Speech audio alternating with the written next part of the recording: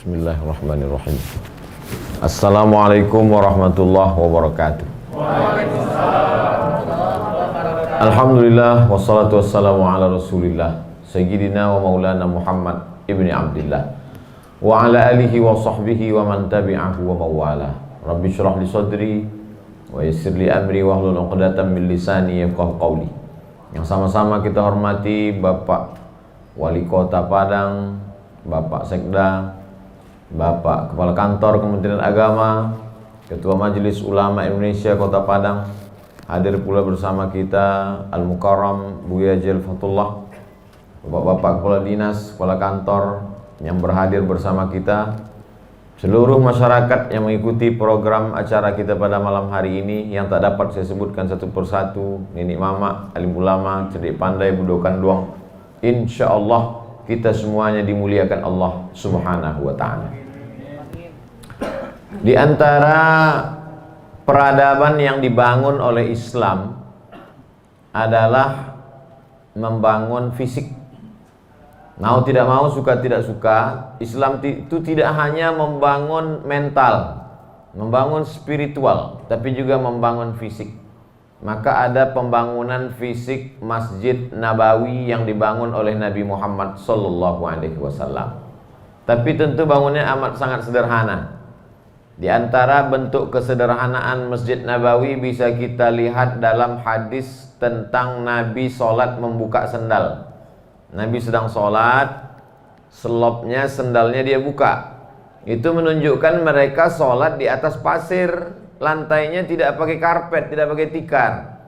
Ketika Nabi sedang sholat, sendalnya dia buka, maka semua sahabat yang menjadi makmum di belakang ikut melepas sendalnya. Selesai sholat, Nabi bertanya, "Wahai makmum, kenapa kamu lepas sendalmu?"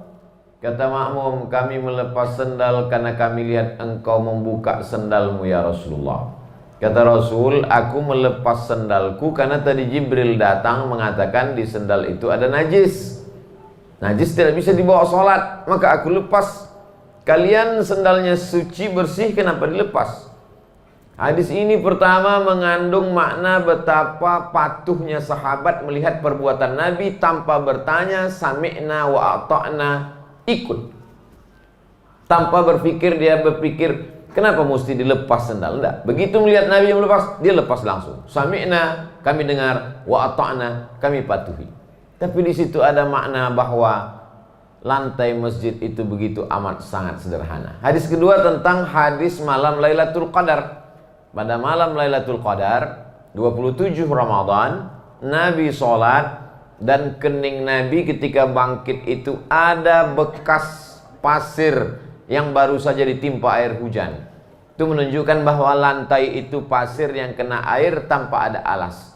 Begitulah sederhananya bangunan Masjid Nabawi dengan lantai pasir, dengan tiang-tiang batang korma, atapnya adalah anyaman daun korma, lalu kemudian sebagian dindingnya dibangun dari labin, yaitu tanah liat yang dijemur cetak kering. Dia bisa bertahan karena tidak ada hujan lebat di kota Al-Madinah Al-Munawwarah.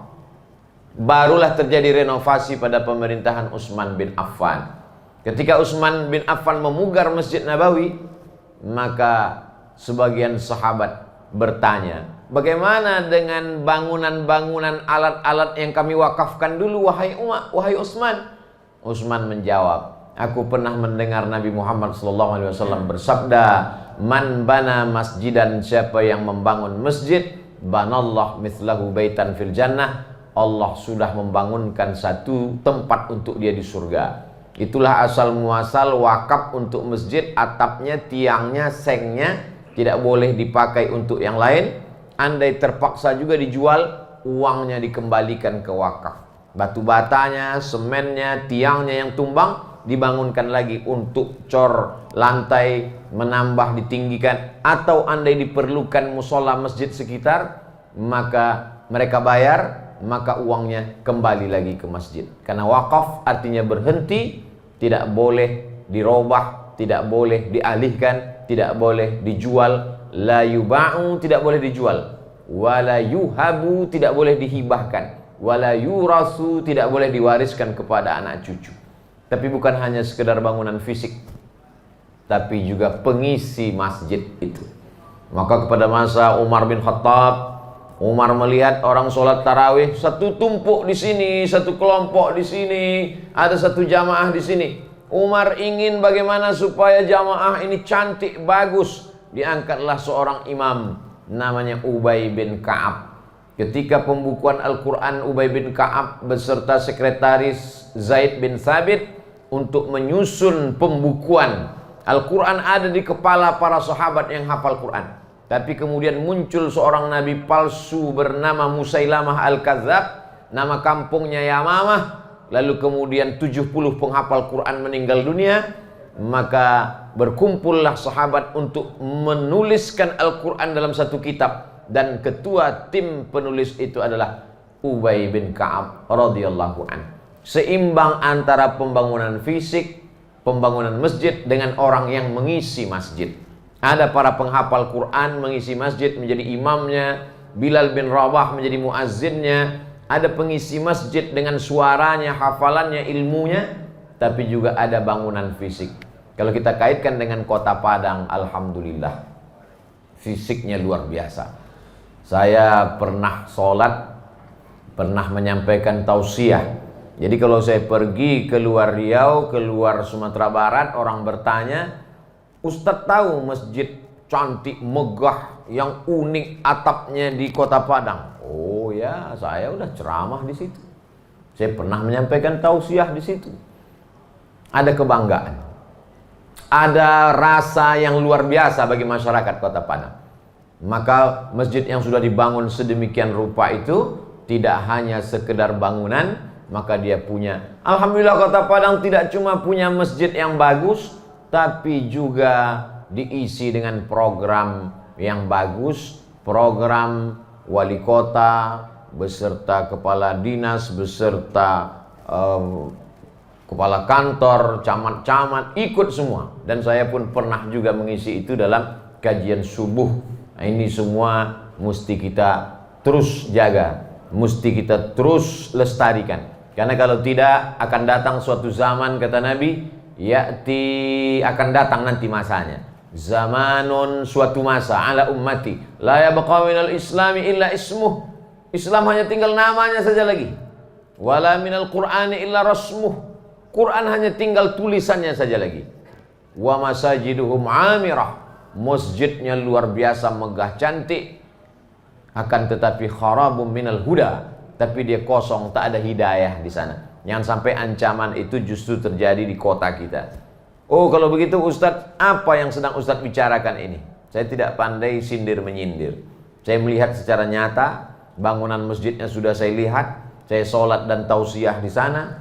Lalu kemudian saya pula ikut mengikuti program subuh sajadah, sholat subuh berjamaah bersama masyarakat.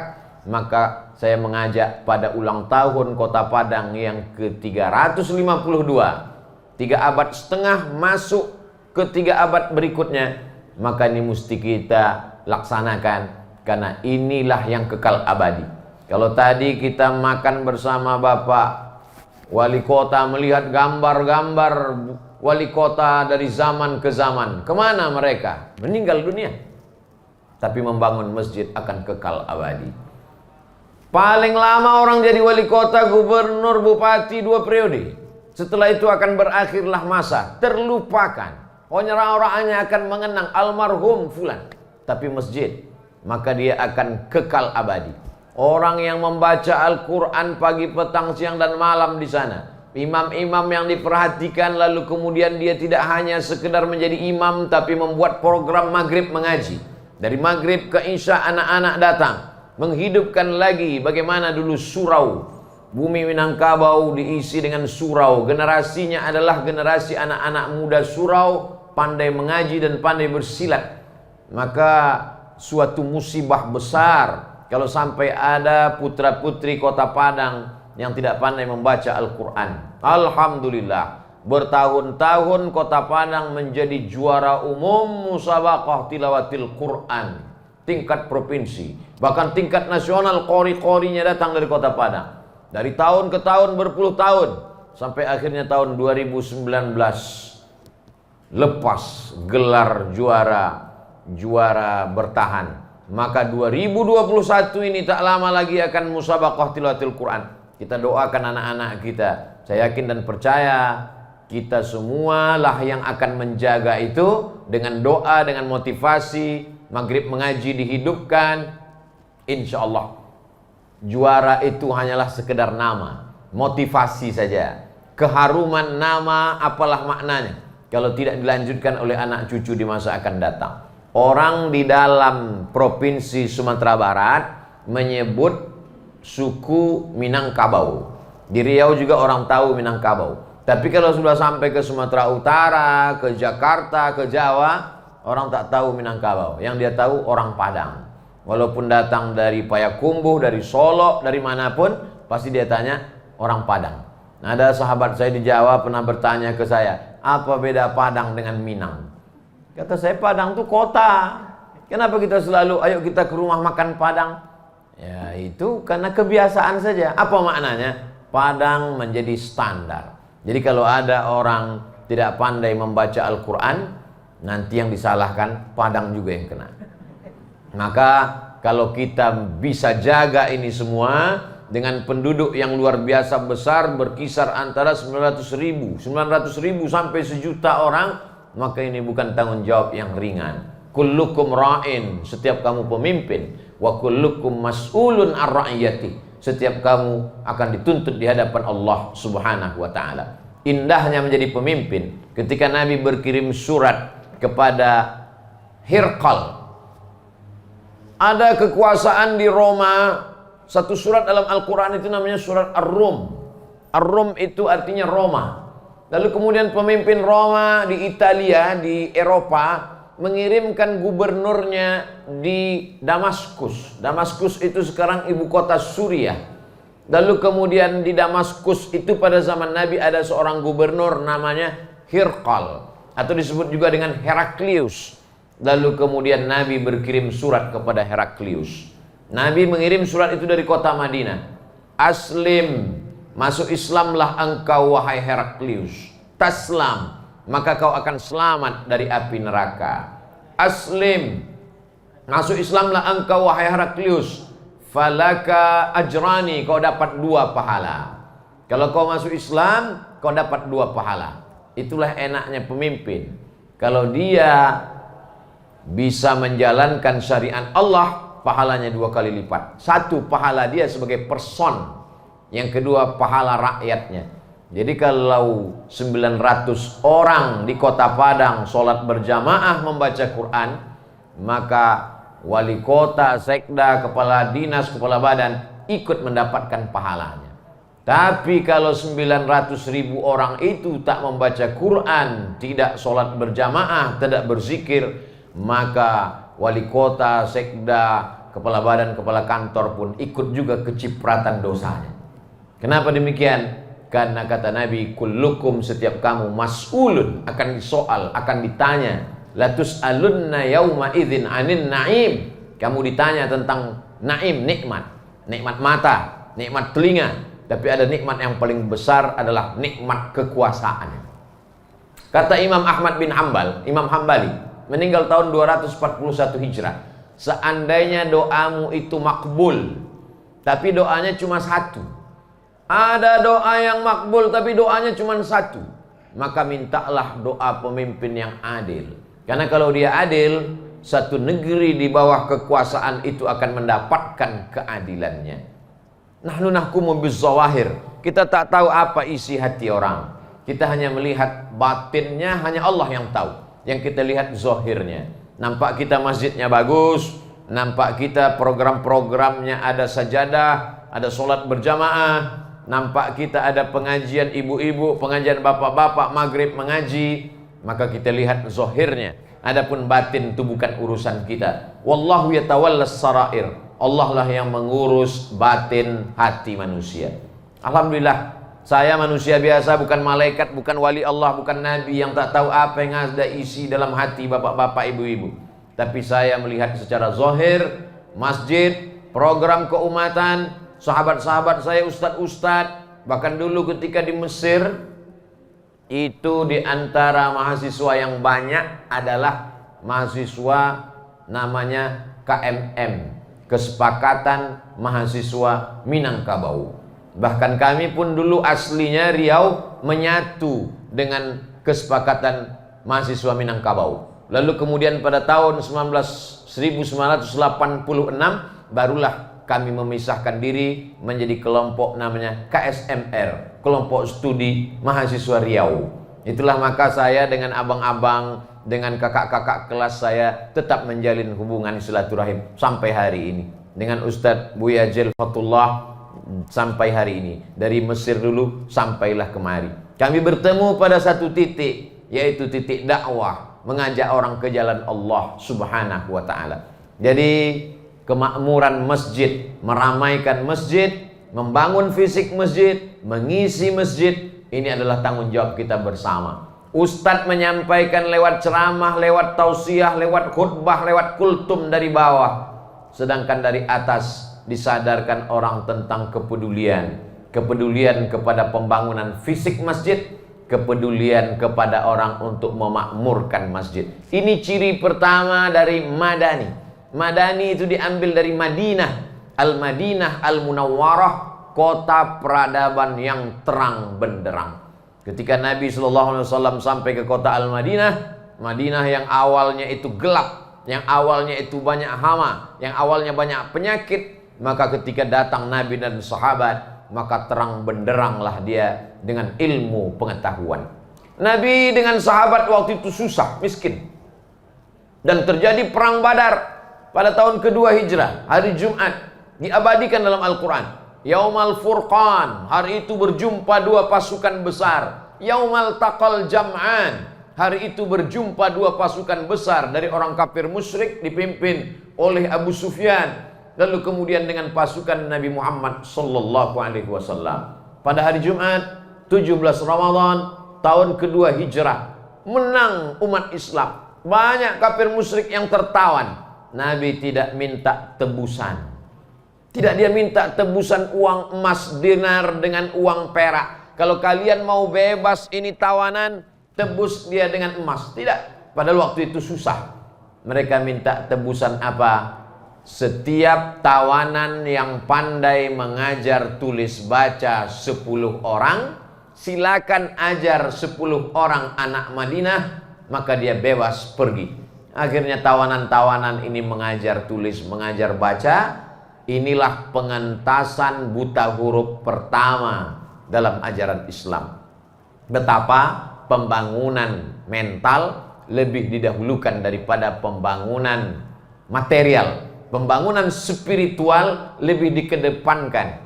Betapa sulitnya membuat bangunan yang kokoh. Tapi kalau tiangnya retak, insya Allah ganti tiang yang baru.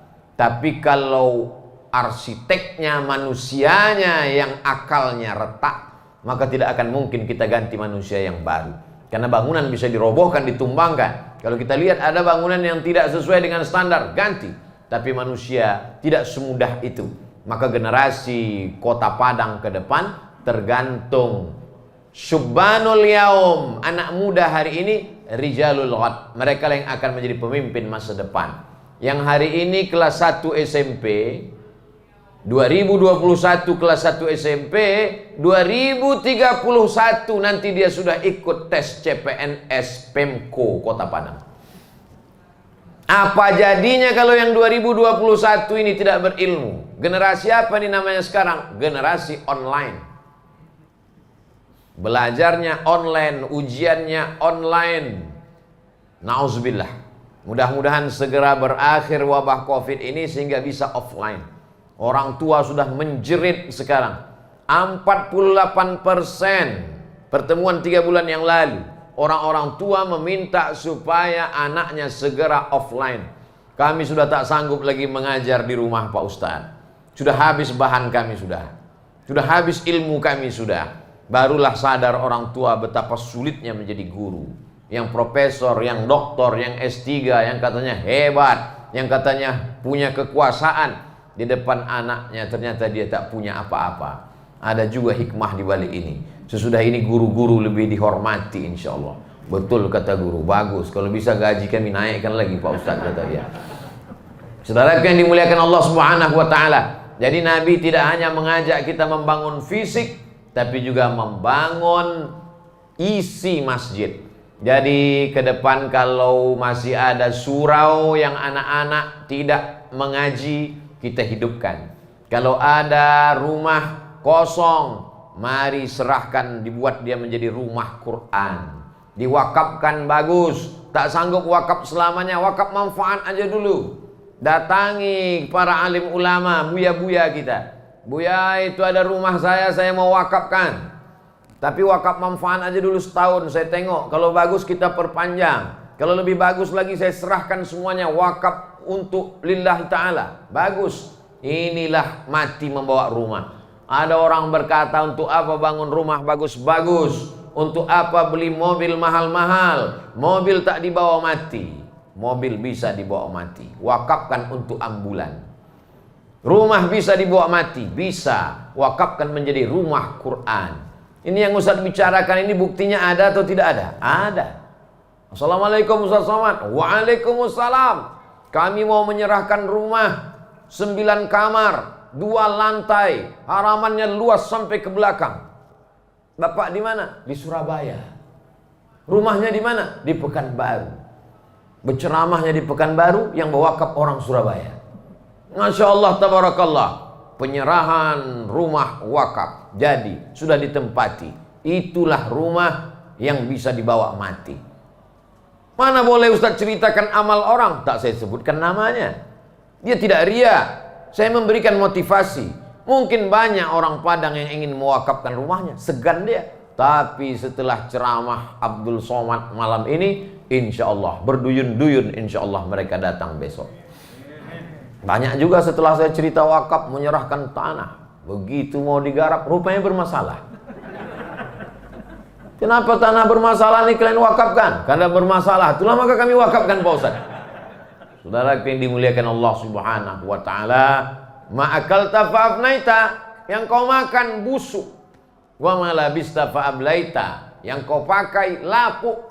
Wa ma tasaddaqta fa'amdaita, yang kau pakai lapuk, yang kau makan busuk, yang kau wakafkan, itulah yang akan kekal abadi. Rumah wakaf, mobil wakaf, masjid wakaf. Selama ini kalau sudah cerita wakaf, yang tergambar di pikiran kita adalah tanah wakaf, tanah kuburan. Kami bisa kuliah di Al-Azhar S1 gratis, S2 gratis, S3 gratis, pulang pakai tiket gratis dari Al-Azhar. Bukan karena tanah wakaf, tanah kuburan. Tapi Al-Azhar mengelola tanah wakaf dengan baik. Tanah wakaf di atasnya dibangun rumah sakit. Rumah sakit Husain. Periksa darah. Sakit kawan usus buntu. Operasi. Diminta sekian ribu pon. 1 pon waktu itu 3.000 rupiah. Begitu ditunjukkan kartu Al-Azhar. Gratis. Pulang kita ke kampung halaman. Mau ikut tes CPNS. Periksa surat pengantar dari puskesmas. Kita tarik surat itu, ditarik balik perawat tuh. Rupanya bayar. Sehat pun berbayar. Dulu, sekarang sudah bayar juga, cuma tak terlalu mahal lagi. Saudara yang dimuliakan Allah Subhanahu wa Ta'ala, maka membangun masjid bukan sekedar tempat subuh, zuhur, asar, maghrib, isya. Di masjid tempat membangun peradaban Islam. Masjidnya kecil sederhana saja. Ini dinding kamar Nabi, di sini mimbar tempat Nabi jadi imam. Dari mimbar ke dinding kamar Nabi hanya 22 meter saja panjangnya. 22 meter. Hitunglah 22 meter itu muat berapa orang. Ke belakangnya hanya 15 meter. 15 meter kali 22 meter. Tapi disitulah Nabi membimbing kader-kader ke depan. Ada namanya Amr bin As yang menjadi panglima perang pada masa Umar bin Khattab. Membawa Islam ke Fustat. Fustat itu sekarang adalah Mesir. Lalu kemudian dari Mesir sahabat Uqbah sampai membawa Islam ke Maghribi. Maghribi itu sekarang Maroko. Perjalanan dari Makkah ke Madinah, ke Mesir, ke Maroko. Kalau kita hitung menurut hitungan negara-negara sekarang, Makkah, Saudi Arabia, naik ke atas, Yordania, menyeberang ke kiri, Mesir, dari Mesir, Afrika Utara, Libya, habis Libya, Tunisia, dari Tunisia, Aljazair, dari Aljazair ke Maroko. Tahun 94 Hijrah, Islam menyeberang dari Maroko, menyeberang Selat Gibraltar. Dari Selat Gibraltar ini masuk ke pulau yang pertama di atas, nama pelabuhannya Algeciras. Lalu kemudian Islam bertapak selama 7 abad, 700 tahun di seberang sana. Negeri itu bernama Andalusia. Saya sebut negeri Andalusia, banyak orang tak tahu. Tapi begitu saya sebut Real Madrid, Barcelona, oh kami tahu. Andalusia itulah Spanyol, tempat Islam pernah berkuasa di sana. Masjid dibangun di Alhambra, Cordova. Maka ini adalah negeri-negeri Islam. Dari mana mereka ini datang? Dari tempat pendidikan yang amat sangat sederhana. Sebelum Nabi SAW meninggal, dia sudah mengangkat seorang anak muda memimpin pasukan. Nama anak muda itu Usamah bin Zaid. Nabi punya anak angkat namanya Zaid bin Harithah. Zaid bin Harithah punya anak namanya Usamah. Kalau anak ini anak angkat, maka cucu ini sudah macam cucu kandung Nabi. Kesayangan Nabi diangkat menjadi panglima karena kecakatannya, karena kepandaiannya, karena kemahirannya. Berapa umur Usamah waktu itu? Usamah diangkat menjadi panglima berusia 18 tahun. Hari ini 18 tahun, anak muda hanya mampu menaklukkan hati kawan sekelasnya. Hari itu Usamah bin Zaid sudah mampu menaklukkan musuh-musuh. Usamah artinya singa. Usamah, singa padang gurun pasir yang menaklukkan musuh-musuh Allah Subhanahu wa ta'ala. Nabi punya anak muda bernama Zaid bin Thabit. Zaid bin Thabit menjadi penterjemah Nabi. Dan ketika itu dia berusia, saat Nabi meninggal umurnya Isrun sana, 20 tahun. Nabi ketika itu berada di kota Madinah 10 tahun. Maknanya waktu Nabi pindah umur Zaid bin Thabit 10 tahun. 11, 12, 13, 14, 15, 16, 17, 18, 19, 20. Diangkat Nabi, dia menjadi penterjemah. Surat-surat orang Yahudi yang datang diterjemahkannya. Berapa lama dia belajar bahasa Yahudi itu? Ta'allamtuhu wa hadaqtuhu. Aku belajar secara mendalam nisfa syahrin, setengah bulan. Jadi anak-anak muda belajar Al-Quran, belajar pencak silat, belajar bahasa Inggris, belajar bahasa Belanda. Itu bukan cerita yang baru di kota Padang, di bumi Minangkabau. Karena dulu mereka sudah belajar itu di surau-surau. Mereka mempertahankan negeri ini melawan Belanda. Karena momen kita 17 Agustus, hari ulang tahun Republik Indonesia, dan di bulan yang sama juga kita sedang memperingati kota Padang yang ke-352 tahun, masuk abad keempat. Sejalan, satu hembusan nafas orang Minangkabau, sejalan antara adat dengan agama. Satu hembusan nafas di bulan Agustus, seperjalanan antara peringatan kemerdekaan Indonesia, peringatan kota Padang, bil khusus lagi tahun 2021 ini sejalan pula dengan 1 Muharram. Dan ada satu lagi, lupa saya tadi disebutkan oleh Pak Wali. Saudaraku yang dimuliakan Allah Subhanahu wa ta'ala, ini semua tak lain tak bukan mengingatkan kita lagi, merefresh, menyegarkan ingatan kita lagi bagaimana kita mengelola masjid sehingga dia tidak hanya sebagai tempat ritual ibadah. Apalagi jangan sampai anak-anak muda kita menganggap masjid hanya tempat penyelenggaraan jenazah. Banyak anak-anak muda takut ke masjid. Kenapa? Dipajang pula kereta jenazah di pintu. Kalian tak ke masjid? Patang kawan nambo ke masjid 2 kali matinya buya. Takut mereka ke masjid. Bagaimana kita menata masjid? Saya ingin sejalan antara masjid, pendidikan, dan pengelolaan anak muda. Maka ini semua, anak muda tidak mau diceramahi. Mereka mau diajak dialog interaktif. Mungkin bulan September acaranya dialog di masjid, temanya adalah bahaya narkoba. Narasumbernya 3 orang, Kepala Dinas Kesehatan, lalu kemudian Bapak Kapolresta, lalu kemudian Ustadz. Nah, yang pertama Pak Dinas Kesehatan dulu bicara. Ini kalau dipakai narkoba ini nanti disuntik ujung-ujungnya mati, kata dia. Oh, mati kata anak muda. Habis itu Pak Kapolresta, silakan Pak.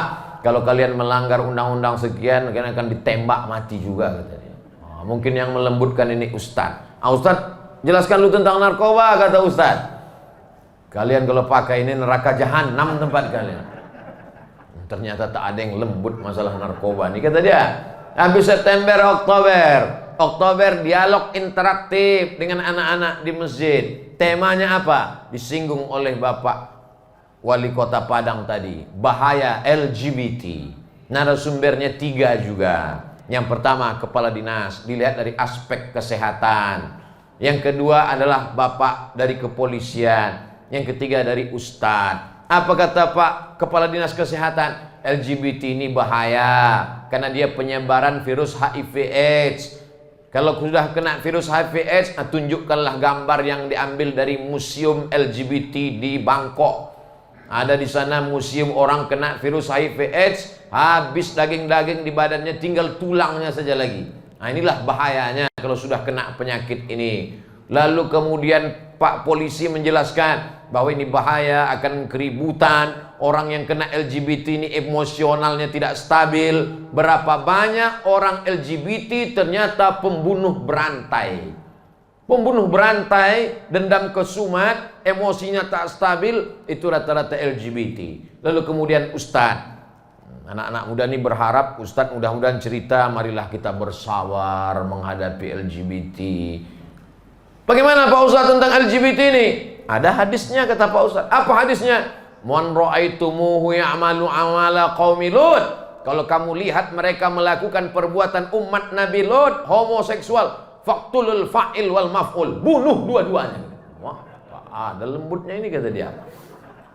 Ini penting karena anak-anak muda sudah bosan mendengarkan kata sambutan ceramah. Dia mau dialog. Mungkin pengantar 5 menit dari dokter, 5 menit dari polisi, 5 menit dari Pak Ustadz. Habis itu dia dialog interaktif. Dia mau direkam, dia mau melihat diri dia di acara live, TV, di internet. Dia mau melihatkan jati diri dia. Nanti kalau aku bertanya, tolong kau rekam ya.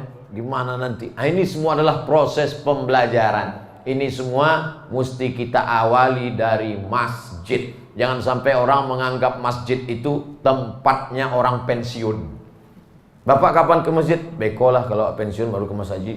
Lah dake malaikat maut baru ke masjid. Padahal masjid adalah tempat orang digembleng, dididik, sehingga jadilah pemimpin-pemimpin yang dibesarkan, dididik dari masjid. Ini poin yang pertama. Habis sudah setengah jam. Poin yang pertama. Poin yang kedua adalah, tadi saya mulai jam 8.20. Poin yang kedua adalah, saya mau mengingatkan bahwa saya masih tetap seperti yang dulu, 60 menit. Poin yang kedua adalah bahwa ketika Nabi SAW sampai ke kota Madinah, dia buat pasar yang baru. Kenapa dibuat pasar baru?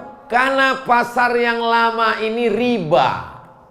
Dibuat pasar yang baru. Di mana letak pasar yang baru itu? Dari pintu Babus Salam. Jadi kalau kita masuk ke Masjid Nabawi lewat pintu Babus Salam, di arah pintu Babus Salam itulah pasar yang didirikan oleh Nabi Muhammad sallallahu alaihi wasallam. Barulah kita paham kenapa Yahudi itu marah dengan Nabi. Seandainya Nabi mengajak orang sholat berjamaah, Yahudi tak marah. Seandainya Nabi mengajak puasa Senin Kamis, Yahudi tak marah. Seandainya Nabi mengajak orang berzikir, afdhalul dzikri fa'lam annahu la ilaha illallah, Yahudi tak marah. Kenapa Yahudi marah? Karena periuk belanga ekonomi mereka terganggu dengan pasar yang baru saja dibuat Nabi. Pasar Islam. Bedanya, pasar ini dipenuhi oleh riba. Riba ini luar biasa. Sampai-sampai tidak ada bahasa yang paling mengerikan dipakai kecuali orang kita. yang menggunakan kata bagi orang yang melakukan riba. Apa bahasa orang kita menyebut riba? Lintah darat. Semua yang di laut, yang di air, kalau sudah naik ke darat mengerikan. Lintah darat sama buaya darat. Lintah darat nih kalau sudah naik ke atas, habis dicekiknya masyarakat. Dia masuk ke petani madu. Di saat setahun 12 bulan, ada 4 bulan madu itu tidak berhasil. Disitulah lintah darat ke kampung-kampung menebarkan duit. Siapa yang mau pinjam duit? Kalian yang tak bisa menyekolahkan anak, kalian yang tidak bisa membelikan belanja untuk istri, duit, dia ulur duit. Nanti begitu madu lebah mulai naik ke atas pohon, disitulah dia akan mematok harga madu pada bulan ini sekian. Orang sudah terjerat. Itu terjadi pada petani lebah. Ustaz tahu dari mana? Saya berjalan kaki sampai masuk ke hutan petani lebah melihat. Diselamatkan ini oleh siapa?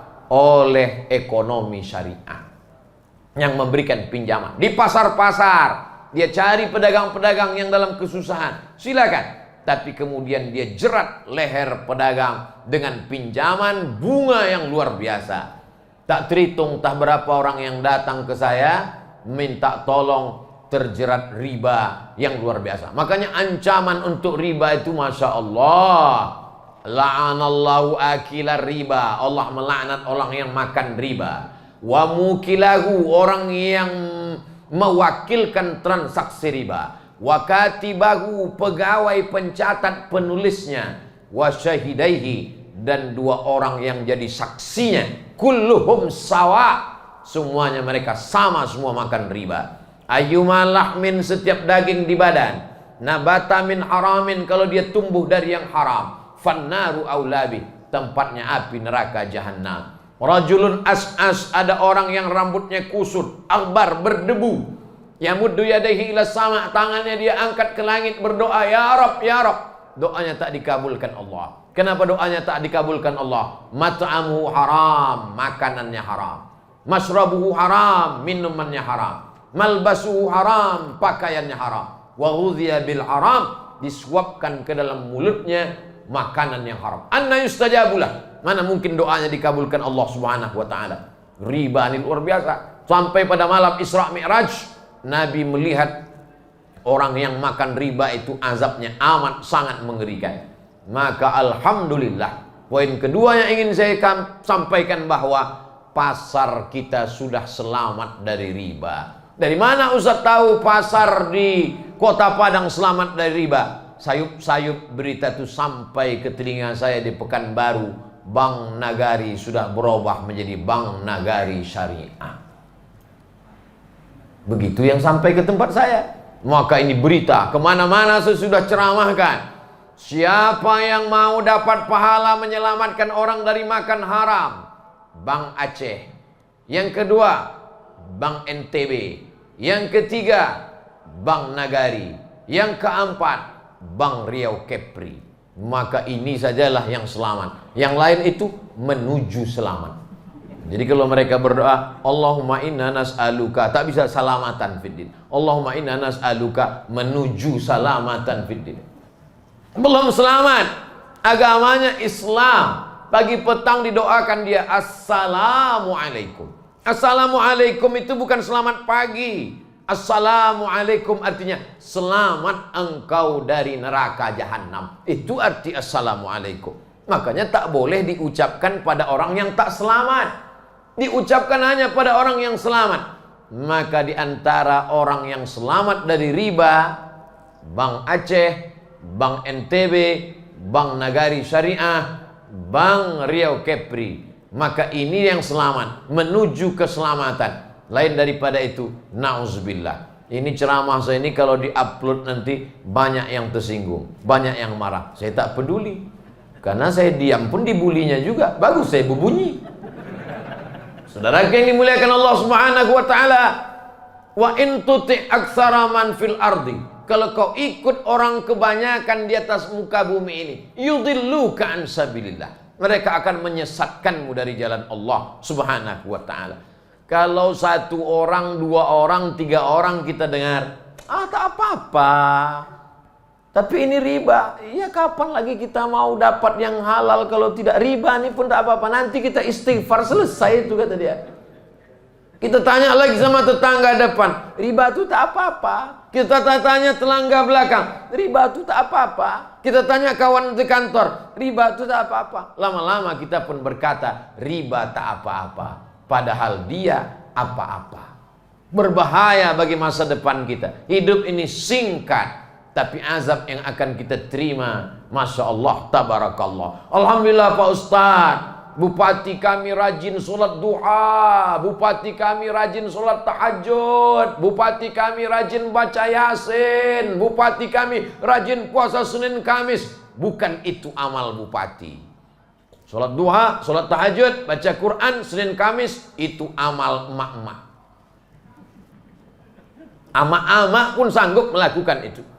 Baca Quran, puasa Senin Kamis, sholat duha, sholat tahajud, siapapun bisa. Lalu amal bupati, wali kota, gubernur itu apa? Membuat keputusan yang menyelamatkan orang dari makan haram. Di antaranya adalah merubah dari konvensional menjadi syariah. Itulah amal yang tak bisa dilakukan Ustadz Abdul Somad. Itulah amal yang tak bisa dilakukan oleh siapapun kecuali orang yang ada segenggam kekuasaan di tangannya. Nanti begitu ditanya Allah di padang mahsyar, Gubernur Aceh, apa yang kau lakukan? Aku sudah mensyariahkan bank konvensional. Masuk kau ke surga. Gubernur Nusa Tenggara Barat, apa yang kau lakukan? Aku sudah mensyariahkan bank konvensional. Masuk kau ke dalam surga Jannatul Firdaus. Gubernur Aceh sudah lama nunggu kau di dalam. Gubernur Sumatera Barat, apa yang kau lakukan? Beserta bupati dan wali kota, kami sudah mensyariahkan bank konvensional. Masuk ke dalam. Mereka yang dua tadi belum dapat rendang, dari tadi menunggu mereka dalam. Tiba-tiba tanya gubernur satu lagi, kau selama jadi gubernur wali kota apa yang kau lakukan? Kami sholat duha, sholat tahajud, habis itu sholat witir. Apa? Cuma itu yang bisa kau lakukan. Bagus kau jadi mama. Segenggam kekuasaan di ujung tinta pena, sama maknanya dengan darah para syuhada di hadapan Allah Subhanahu wa ta'ala. Ini ceramah saya ini kalau dipotong, makin semangat orang mencalonkan diri jadi bupati dan wali kota 2024. Kenapa? Karena dengan itu dia cepat masuk ke dalam surga Allah. Bukan saya buat-buat, hadis Nabi, sab'atun yuzilluhumullah, ada 7 golongan yang dapat naungan atap dari Allah. Yauma la zilla illa zillu, hari itu tak ada naungan, hari itu tak ada atap di padang mahsyar, panas terik, menggelegak, mendidih otak, sejengkal matahari dari kepala. Tak dibawa, tutup kepala. Ini pun tinggal kalau mati. Ada saya satu lagi situ. Tapi kata Nabi ada 7 golongan yang mendapatkan naungan. Siapa dia? Al-Imamul Adil, pemimpin yang adil. Dia tak takut ucapan manusia, yang dia takut hanya Allah Subhanahu wa ta'ala. Ini hanya bisa diperoleh dengan kekuasaan. Kekuasaan bukan hadiah. Kekuasaan bukanlah bonus tanpa ada efek di balik kekuasaan. Kekuasaan itu penuh dengan kabar gembira dari Nabi. Tapi di balik kekuasaan itu juga ada tanggung jawab yang luar biasa. Maka di antara ciri Madinah adalah Nabi membuatkan pasar khusus. Dan Nabi mengontrol pasar itu. Nabi masuk ke pasar, dimasukkannya tangannya ke dalam tepung gandum, ke dalam tumpukan korma, ada korma bertimbun, dimasukkan Nabi tangannya ke dalam.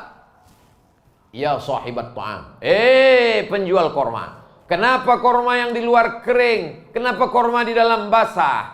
Asobahul mator, kena hujan ya Rasulullah.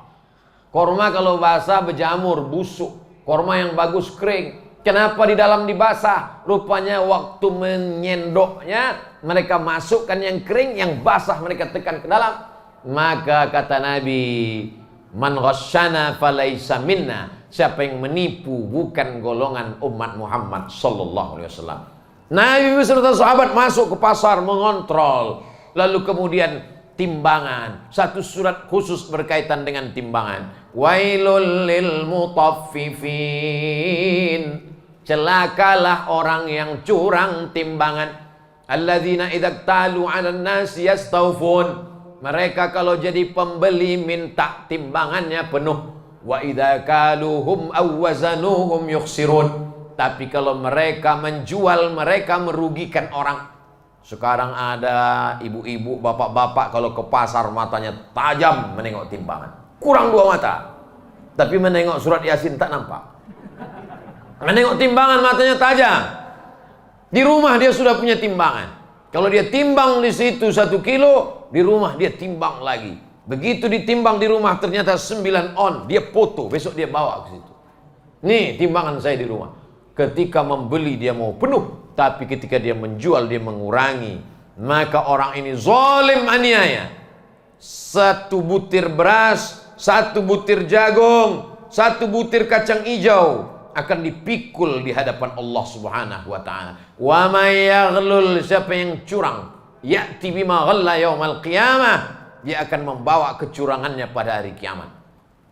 Curang kacang hijau, mikul kacang hijau di padang mahsyar. Curang jagung, memikul jagung di padang mahsyar. Curang beras, memikul beras di padang mahsyar. Curang kendaraan, memikul plat merah di padang mahsyar. Akan dituntut di hadapan Allah Subhanahu wa taala. Hari ini Bapak Ibu bisa tersenyum, tapi besok pas nyetir plat merah, jangan-jangan bekombo pikul lo ikut di padang mahsyar. Makanya ketika datang tamu, Umar bin Khattab bertanya, urusan negara atau urusan keluarga?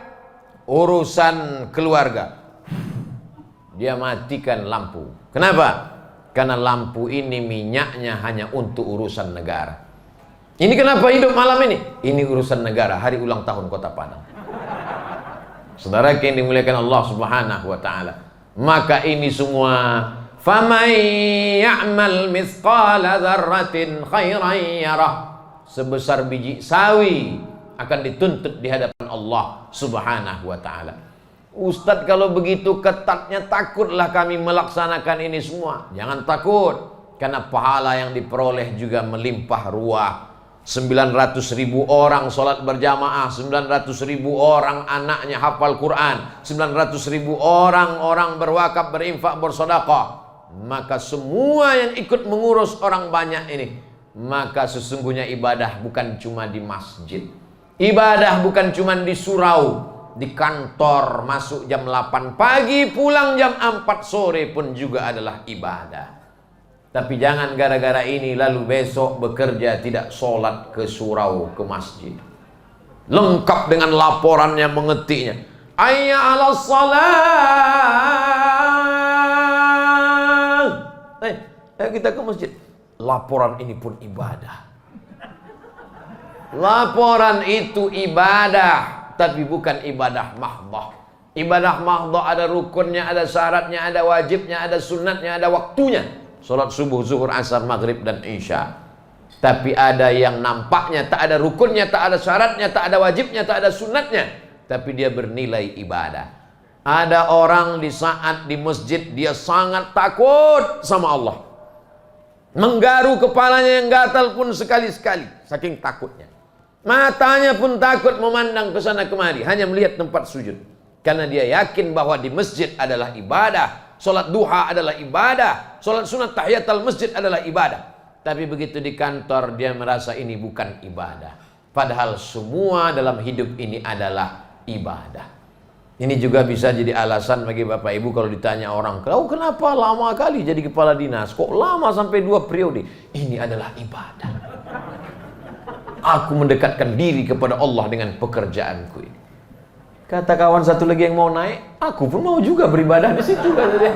Bukan kau aja yang masuk surga, kata dia. Wang sangko, ang saya masuk surga.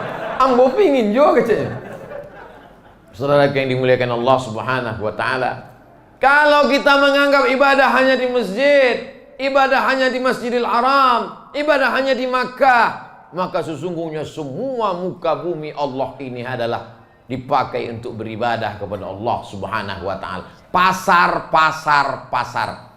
Kalau sudah berbicara tentang pasar, pasti bayangan orang kepada orang Minangkabau. Terbang saya 8 jam naik pesawat sampai di Sorong, Papua, turun di airport, buka kaca, melambai tangan, Ustadz, ambo dari Payakumbuh. Ceramah saya di Makassar, begitu juga. Ceramah saya di Surabaya, begitu juga.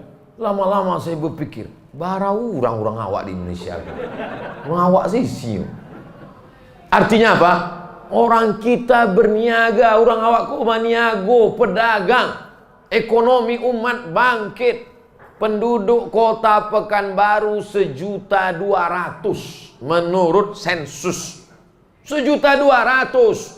Suku paling banyak nomor 1 Minangkabau, nomor 2 Jawa, nomor 3 Melayu. Perekonomian bangkit. Kenapa? Orang Minangkabau menghidupkan ekonomi.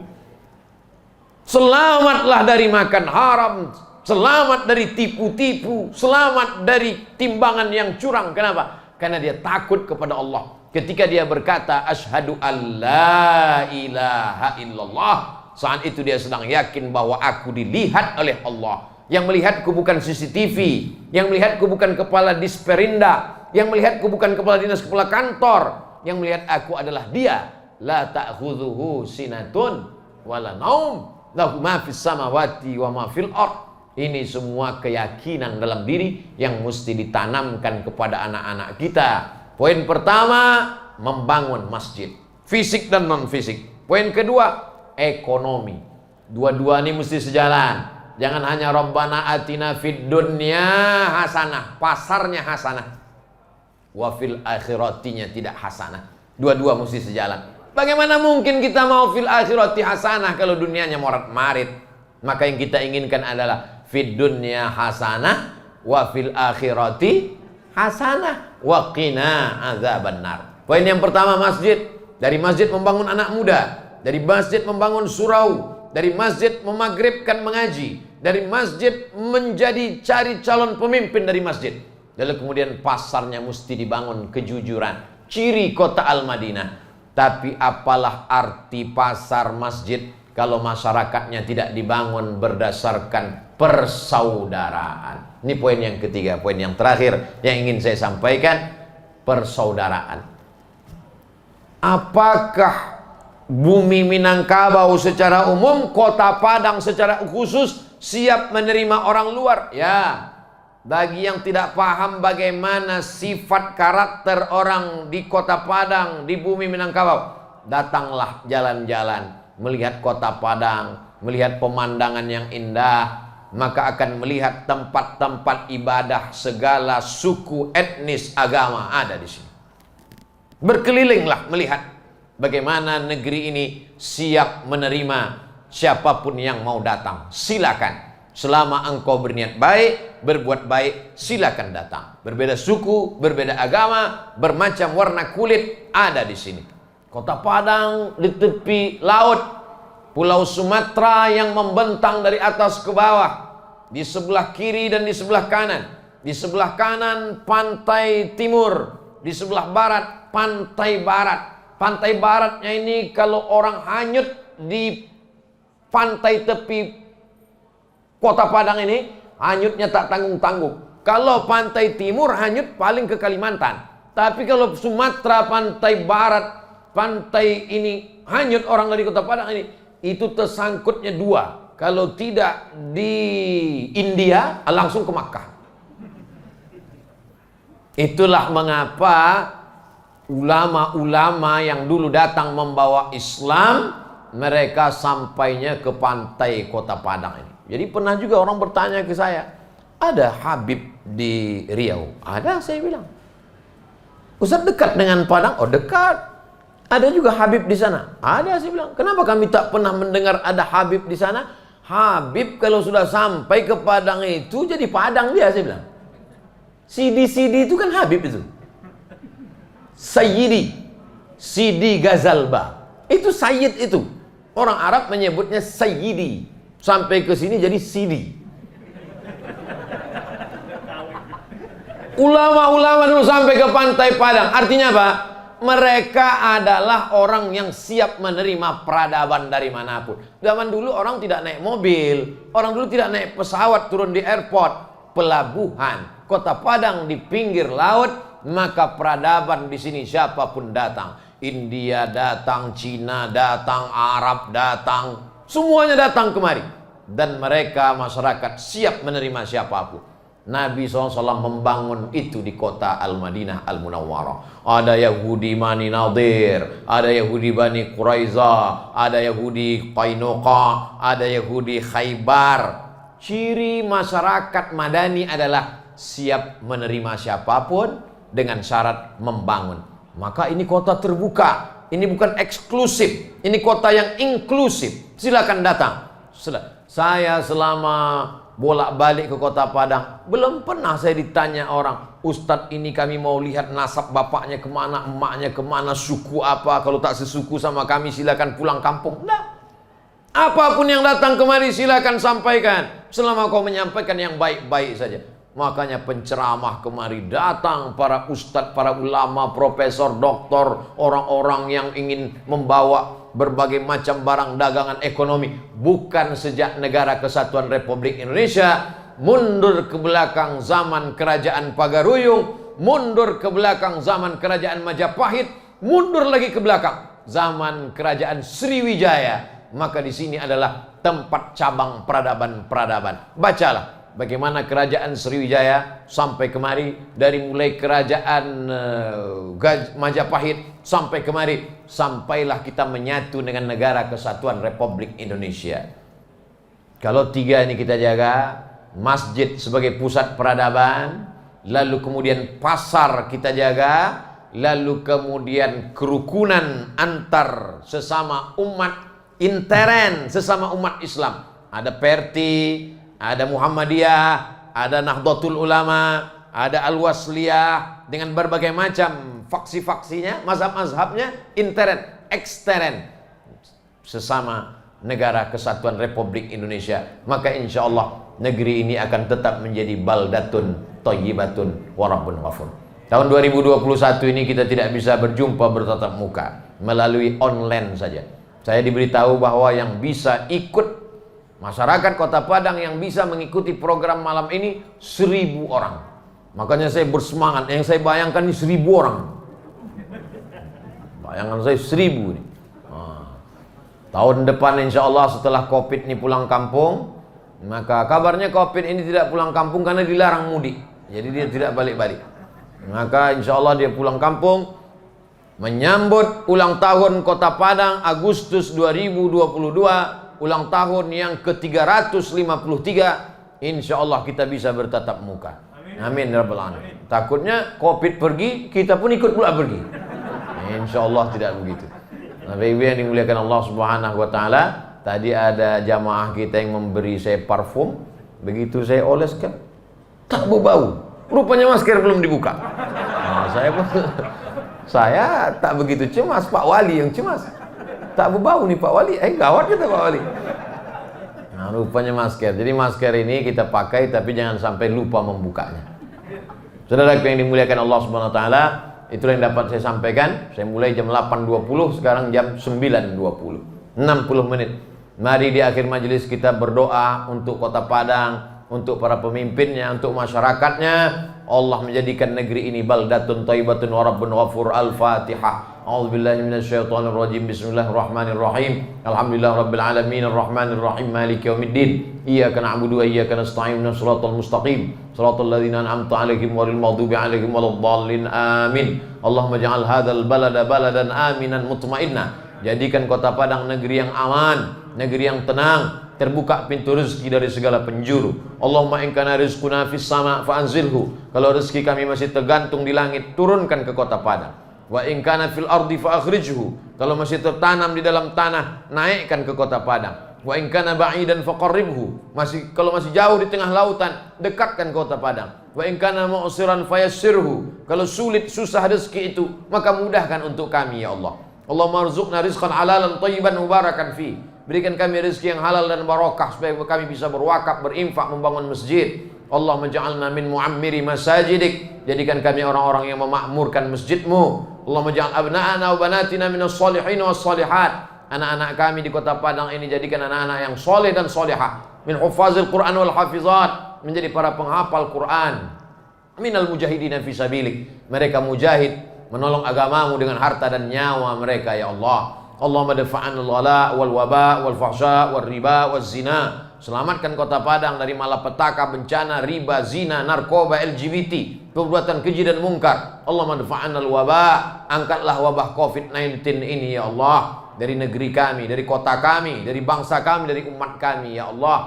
Rabbana fir lana dzunubana. Pemimpin-pemimpin kami, orang-orang tua kami, ampunkan dosa-dosa mereka. Wali masyayikhina, tuan-tuan guru kami, buya-buya kami. Wali asatidatina, ustaz-ustaz kami. Wali ikhwanina, kawan kami, sahabat kami, jiran tetangga kami. Banyak silap salah kami, ampunkan segala dosa kami ya Allah. Wa tub alaina, terima taubat kami ya Allah. Allahumma taqabbal minna salatana, terima salat kami. Wa siyamana, puasa kami. Wa takhasyu'ana, khusyuk kami. Wa ta'abbudana, ibadah kami. Wa tammim taqsirana, sempurnakan segala kekurangan-kekurangan kami ya Allah. Allahumma inna na'udzubika minal hammi wal hazan. Jauhkan kami dari susah hati dan kesulitan. Wal ajzi wal kasal. Jauhkan kami dari sifat lemah dan malas. Wal jubni wal bukhul. Selamatkan kami dari sifat pengecut dan pelit. Wadhala'id daini wa ghalabatir rijal. Selamatkan kami dari dililit hutang dan dikuasai orang lain.